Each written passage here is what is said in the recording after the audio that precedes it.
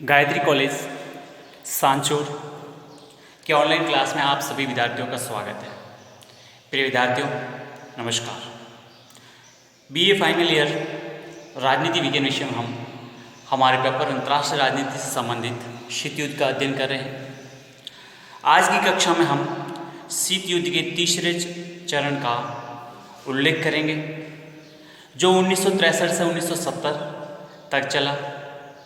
देखते हैं इस चरण में किस प्रकार का दोनों महाशक्तियों के मध्य ये जो एक स्नायु युद्ध है, एक मस्तिष्क युद्ध है जो चल रहा है, किस प्रकार के घटनाक्रम इस दौर में अंजाम हो रहे हैं। तो देखिए 1962 के बाद आप सभी को पता है, पिछली कक्षा में हमने अध्ययन किया था कि क्यूबा संकट एक इतना खतरनाक संकट था, किसी को यकीन नहीं हो रहा था कि अब क्या होगा, क्योंकि दोनों महाशक्तियों के मध्य संबंध इतने खराब हो चुके थे, इतनी कटुता आ गई थी, इतनी नफरत आ गई थी कि एक दूसरे पर कभी भी ये जो तनावपूर्ण माहौल है तीसरे विश्व युद्ध में तब्दील होने के कगार पर पहुंच चुका था। जब क्यूबा, जो कि मैंने आपको पिछली कक्षा में बताया कि एक साम्यवादी राष्ट्र फिदेल कास्त्रो के नेतृत्व में वहाँ साम्यवादी सरकार की स्थापना हुई थी और सोवियत संघ का मित्र राष्ट्र ने शुमार था। तो जब सोवियत संघ ने अपनी मिसाइल प्रक्षेपास्त्र सब क्यूबा में तैनात किए अमेरिका की तरफ करके, तो अमेरिका ने अपनी सुरक्षा के लिए बहुत बड़ा खतरा माना। अमेरिका ने क्यूबा की नाकेबंदी कर दी, तो जो भी सोवियत संघ से आने वाले जहाज थे जिन पर ये सब मिसाइल प्रक्षेपास्त्र और जो भी ये युद्धक सामग्री थी प्रवेश न कर पाए। तनाव स्थिति ये बनी, अमेरिका ने सोवियत संघ ने मना कर दिया कि मैं पीछे हटने वाला नहीं हूँ। अमेरिका ने कह दिया कुछ भी हो, युद्ध हो जाए तो हो जाए, लेकिन सोवियत संघ से आने वाले जहाज़ों को क्यूबा में प्रवेश नहीं दिया जाएगा। यही नहीं, जब सोवियत संघ ने कहा कि अगर आप ये चाहते हो तो पहले तुर्की में से अपनी सेना हटा लो, अमेरिका ने मना कर लिया। इतना तनावपूर्ण माहौल बनता रहा, चलता रहा, लेकिन आखिर सोवियत संघ ख्रुश्चेव की अपनी दूरदर्शिता का यह परिणाम हुआ कि इन्होंने धीरे धीरे पीछे हटना स्वीकार किया और अपने पुनः जो भी मिसाइल तैनात थी वो वहाँ से हटा ली गई। एक प्रकार से जो तनावपूर्ण माहौल बना था पुनः उसको एक प्रकार से शांति की तरफ, इसलिए अमेरिकी राष्ट्रपति खुद ने, कैनेडी ने ये कहा था कि जो ख्रुश्चेव का जो निर्णय है एक महान राजनीति का निर्णय है, क्योंकि अगर समय रहते इस समस्या का समाधान ना होता तो तीसरे विश्व युद्ध में कोई देरी नहीं थी। तीसरे विश्व युद्ध का कारण भी क्यूबा संकट बन सकता था। तो समझिए कि जब क्यूबा संकट समाप्त हो गया तो थोड़ी सी 1962 के बाद शीत युद्ध में शिथिलता आई। शिथिलता मतलब थोड़ी सी उग्रता में कमी आई, थोड़ी सी एक दूसरे के प्रति जो मानसिक लड़ाई थी थोड़ी सी उसमें कमी आई। शिथिलता मतलब ढीलापन आ गया उसमें, ठीक है। एडवर्ड क्रॉक्शॉ ये कहते हैं कि एक प्रकार से उष्ण स्थलों का शीतलीकरण, यानी गर्म स्थानों का ठंडापन, जिस प्रकार से सोवियत संघ और अमेरिका के मध्य जो तीव्र और आक्रामक तरीके से जो वैचारिक लड़ाई चल रही थी उसका थोड़ा सा ठंडापन आ गया, उसकी उग्रता में कमी आई।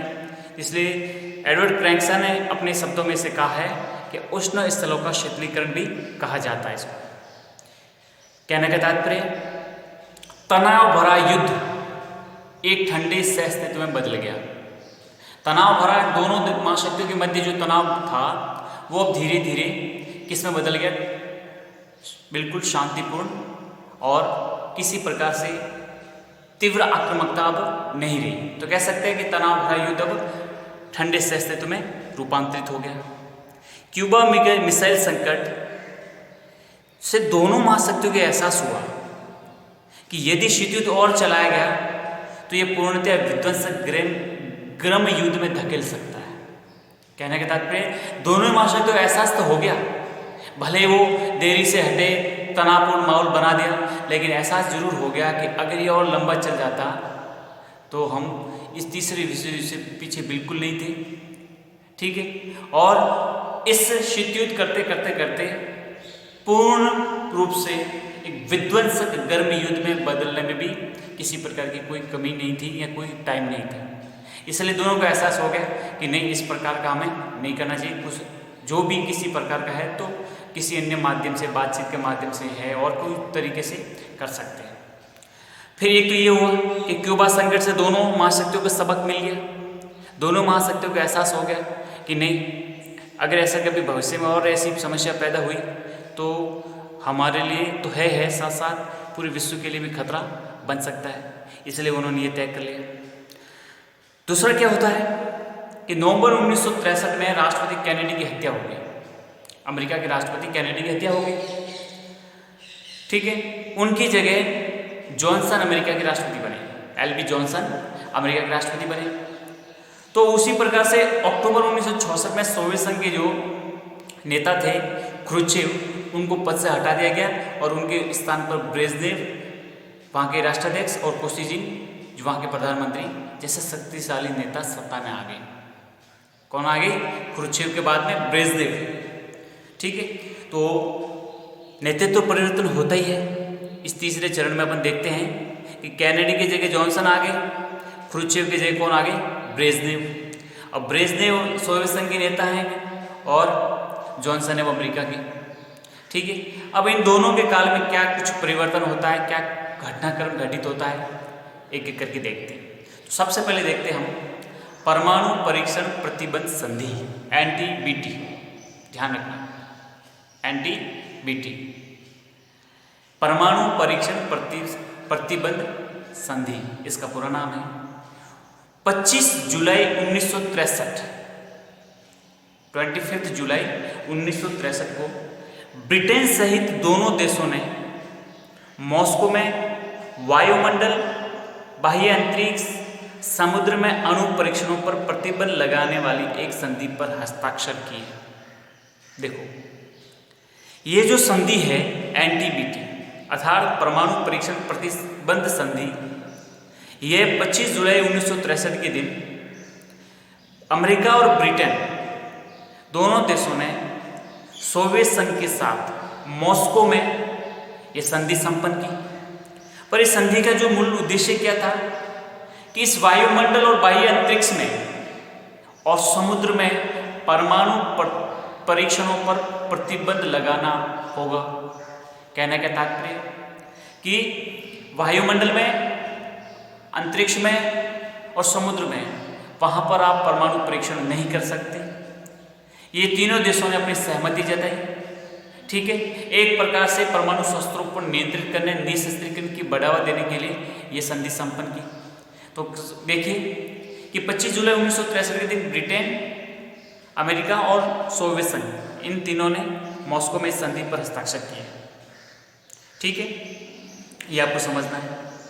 दूसरा, 5 अगस्त 1963 को अमेरिका, सोवियत संघ और ब्रिटेन के मध्य मॉस्को पोर्शियल टेस्ट बैंड संधि, यानी इसको मॉस्को पोर्शियल टेस्ट बैंड ट्रीटी भी कह सकते हैं, यह संधि भी हुई थी। इस संधि के द्वारा वातावरण में अनियंत्रित परमाणु धमाके करने पर रोक लग गई। यह शस्त्र नियंत्रण की ओर सीमित परंतु सकारात्मक कदम था।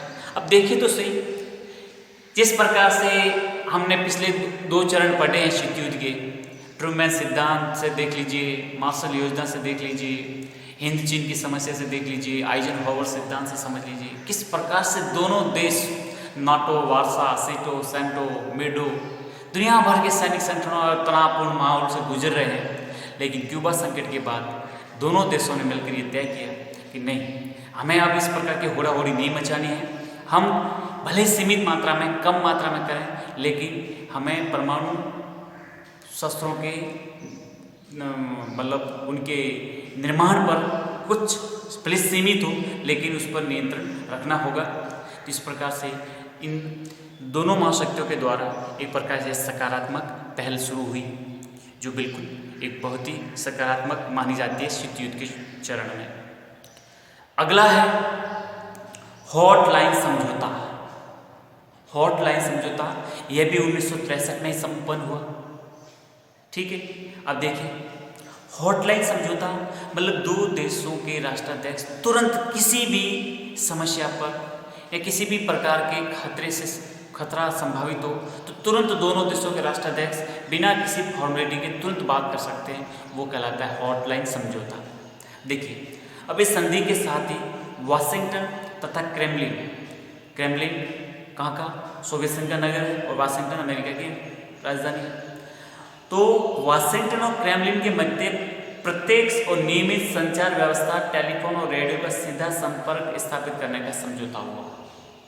डायरेक्ट टेलीफोन, क्योंकि देखो तत्कालीन समय में टेलीफोन और रेडियो ही थे संचार के साधन और कोई था नहीं।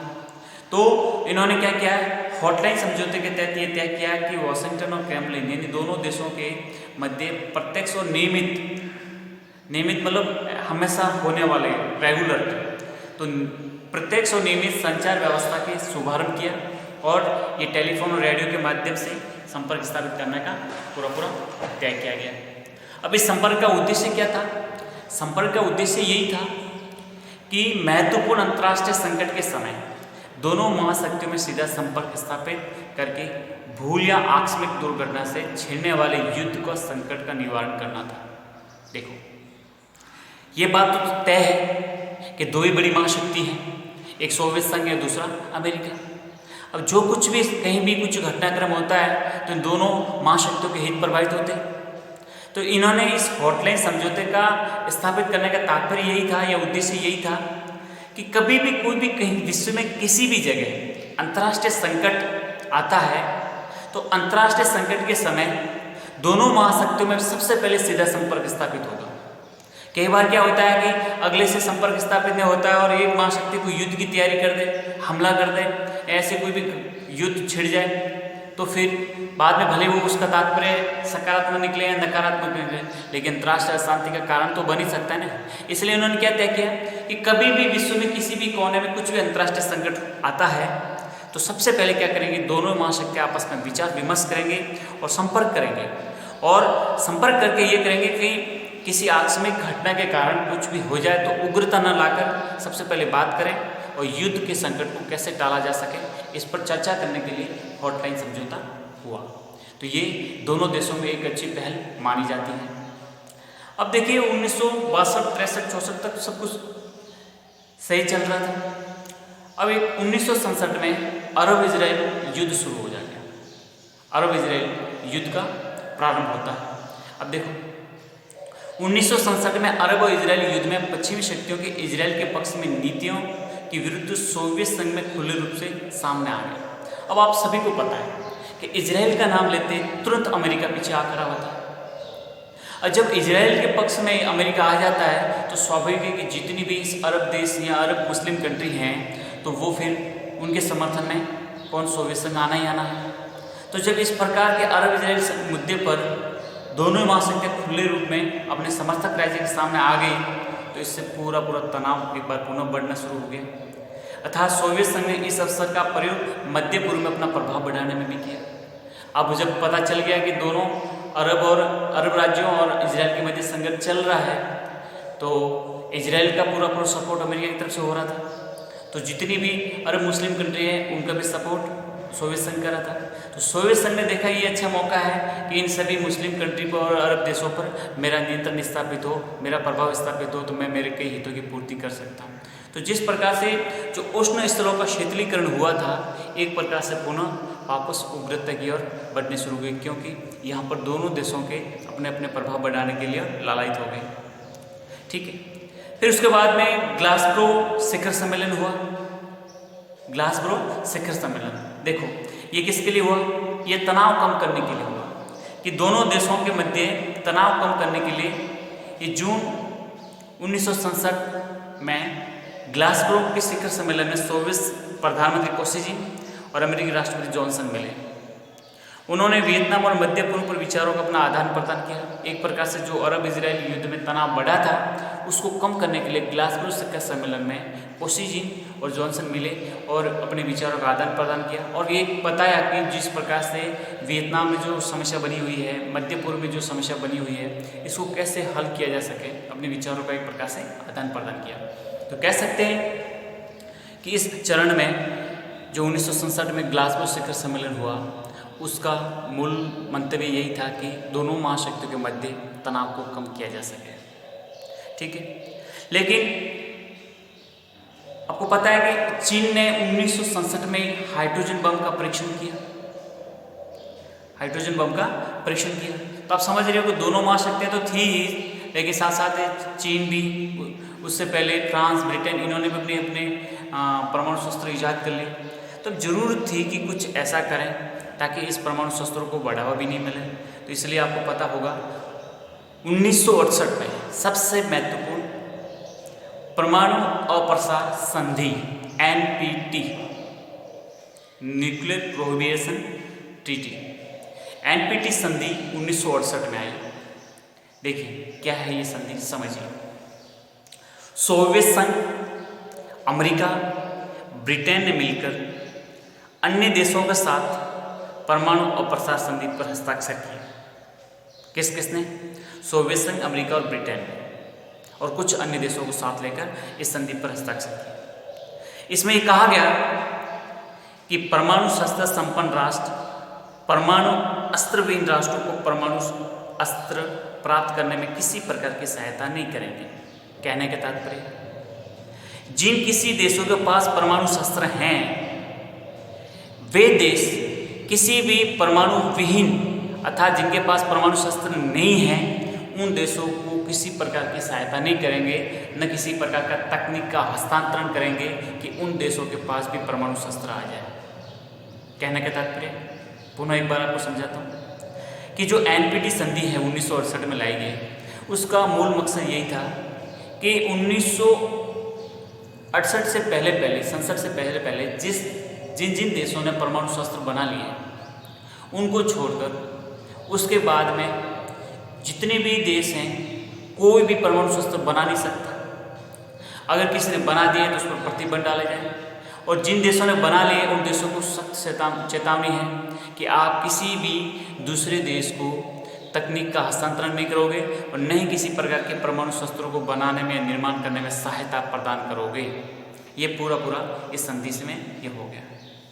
अब ये जो संधि हुई, इस संधि से सोवियत संघ और अमेरिका के संबंध है वो मधुर बने।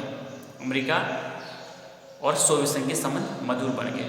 ठीक है, तो आप देखिए NPT ने अमेरिका और सोवियत संघ को नज़दीक लाने का काम किया और दोनों देशों के मध्य जिस प्रकार से जो तनाव था, पुनः जो अरब इजरायली युद्ध से बना था, पुनः वापस एक नई सिरे से मधुरता लाने का काम किया। अब देखो मैं अपना भारतीय दृष्टिकोण बताता हूँ। आप सभी को पता है हमारे भारत में 1974 में इंदिरा गांधी सरकार के समय पोखरण में परमाणु परीक्षण किया। सबसे पहले परमाणु बम बनाने हमने दावा किया कि हमारे पास भी परमाणु बम है। अब जब ये हमने, क्योंकि संधि NPT तो पहले हो चुकी थी, भारत पर दबाव बना, आप नहीं बना सकते, यूँ नहीं कर सकते, भारत पर आर्थिक प्रतिबंध डाले, सब कुछ हुआ। लेकिन भारत पर सबसे ज़्यादा दबाव इस बात का है कि आप NPT पे साइन करो। भारत कहता है कि मैं NPT पे साइन नहीं करूँगा क्योंकि ये भेदभावपूर्ण एक संधि है, मैं इसे स्वीकार नहीं कर सकता। भारत का तर्क ये है कि आप जिन देशों ने 1967 से पहले परमाणु बम बना लिए उनको तो छूट है कि आप जो चाहे कर सकते हो, लेकिन उसके बाद बनाए उनको छूट नहीं है। तो ये भेदभाव क्यों? या तो छूट सबको दो या छूट किसी को मत दो। आप लोगों ने बना लिया इसलिए आप जो चाहे वो कर सकते हो और जो बाद में बनाए उसको कुछ नहीं कर सकते। भेदभावपूर्ण संधि पर मैं साइन नहीं करूँगा। आज तक भारत ने न तो NPT पे साइन किए हैं, न 1996 में लाई जाने वाली CTBT पर।